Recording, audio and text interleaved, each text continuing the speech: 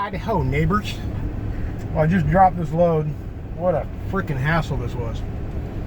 First off, I found out it was a aircraft motor valued between $500,000 and $1 million.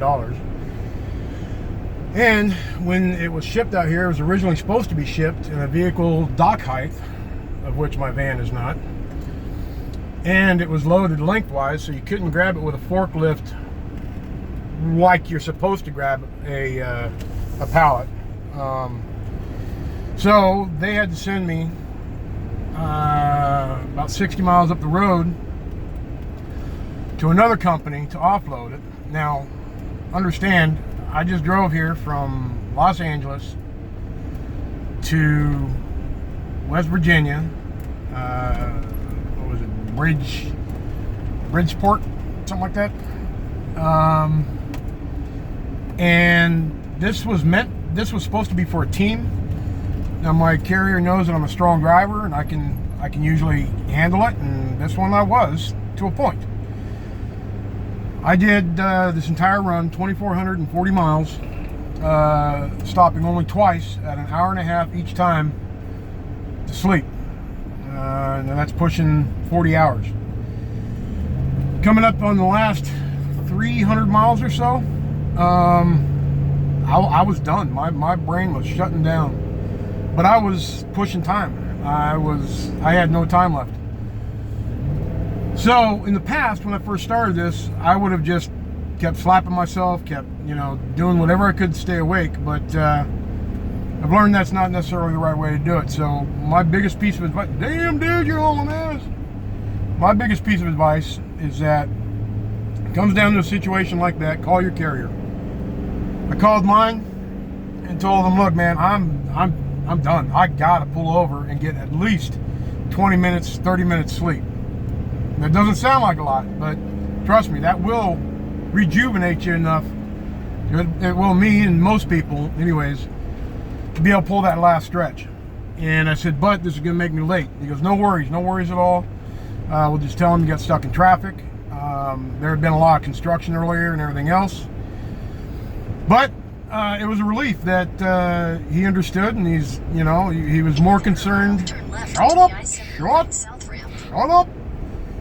He's more concerned about my safety than anything else, and that was refreshing. So I did that, and that's all I needed. I was able to bring it on in, and then I get here, and of course now I find out that they can't offload it, and I'm frustrated. What the hell up? Bitch.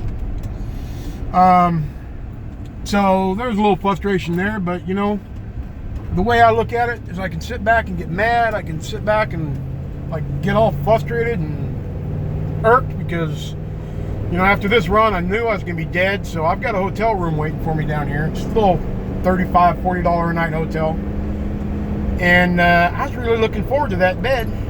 But what am I gonna do? This bitch is getting on my nerves. Let it roll off my back. What else can I do? It ain't nobody's fault. Not anybody here, not anybody that can make any difference. Bitch and complain. What good's it gonna do? Put my brain in a bad place? I don't need that. I like my brain being in a good place. And look at this country. How freaking beautiful is this? I think this is my first time in West Virginia. I don't remember where all I went when I was driving truck back in the mid-90s. I didn't do it for a whole long time, so I can't say I hit all the states, but this is absolutely freaking gorgeous. Probably one of the most gorgeous states I've been in so far. It's amazing. So there's the moral of this story right there is, you know what? No load is worth your life, and just keep in touch with your carrier. Let them know what's going on. And quite honestly, if he had said, you know what, I need you to push through it, we can't have you stop, I would have had to tell him where to shove it, because there's lots of other carriers out there. Fortunately, I'm with some good guys, and never had a problem with that. This is the first time I've had to deliver late, but nobody was concerned. The customer didn't even bat an eye, didn't ask a question, nothing. So all was good. And the other moral of the story is don't let shit get you down. You can't change it. They get all angry and pissed off that they can't unload it where you want to, and it's gonna be a little bit longer before you get to bed. What can you do? Why get all bummed out about it?